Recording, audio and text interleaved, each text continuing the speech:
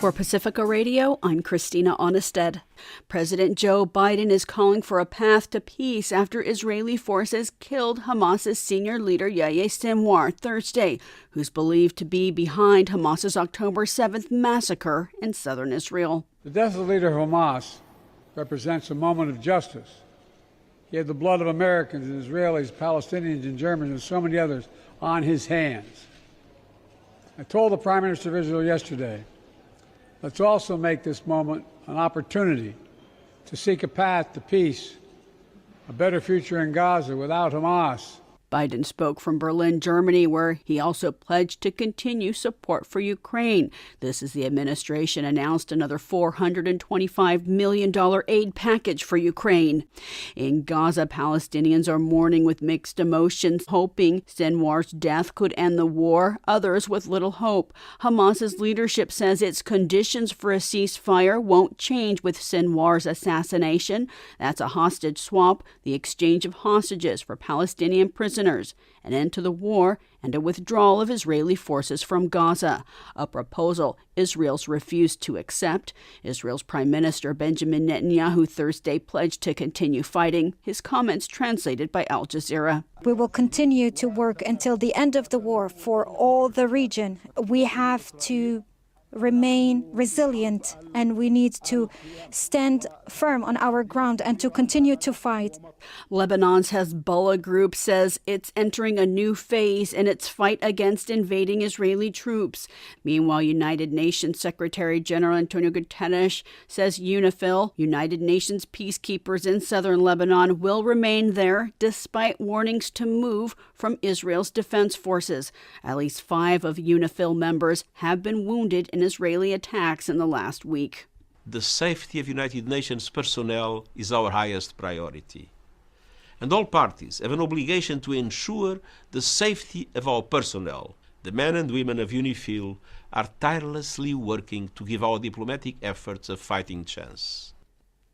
Presidential candidates Kamala Harris and Donald Trump campaigned in the swing state of Michigan today. Harris in Grand Rapids, Trump in Detroit.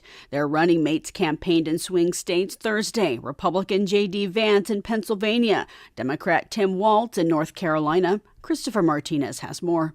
Ohio Governor J.D. Vance spoke at a rally in Pittsburgh, Pennsylvania. 19 days until we get to say to Kamala Harris and her broken leadership, you are fired. Go back to San Francisco where you belong. Vance had praise for Donald Trump, blame for Kamala Harris, and some proposed solutions for the problems of the day, such as the high cost of groceries. Pennsylvania energy workers drill, baby, drill. That'll lower prices for all of us. He also offered the Trump-Vance solution to the shortage of affordable housing. Build more American homes, but make sure they go to American citizens, not people who don't have the legal right to be here.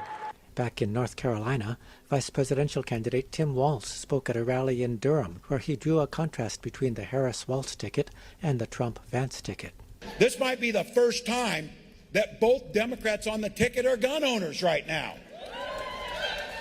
And it might also be the first time that the guy on the other side can't pass a background check because he has felonies. Walz boasted of Harris's record as vice president and of the support the campaign has received from a diverse array of supporters. Hundreds of Republicans out with Kamala campaigning.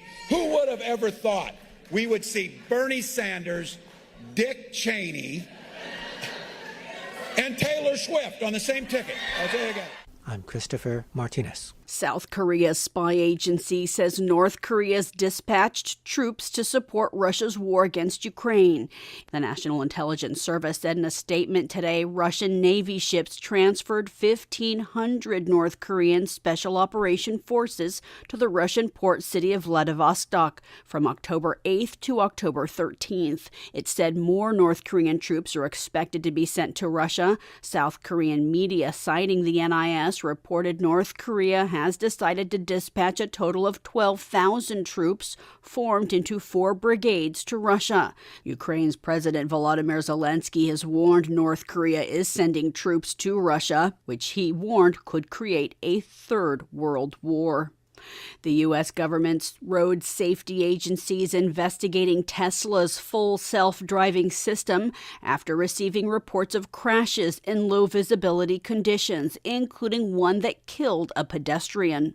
The National Highway Traffic Safety Administration says in documents it opened the probe Thursday with the company reporting 4 crashes after Tesla's entered areas of low visibility, including sun glare, fog, and airborne dust. The agency said in addition to the pedestrian's death, another crash involved an injury, posing a new setback to autonomous driving vehicles.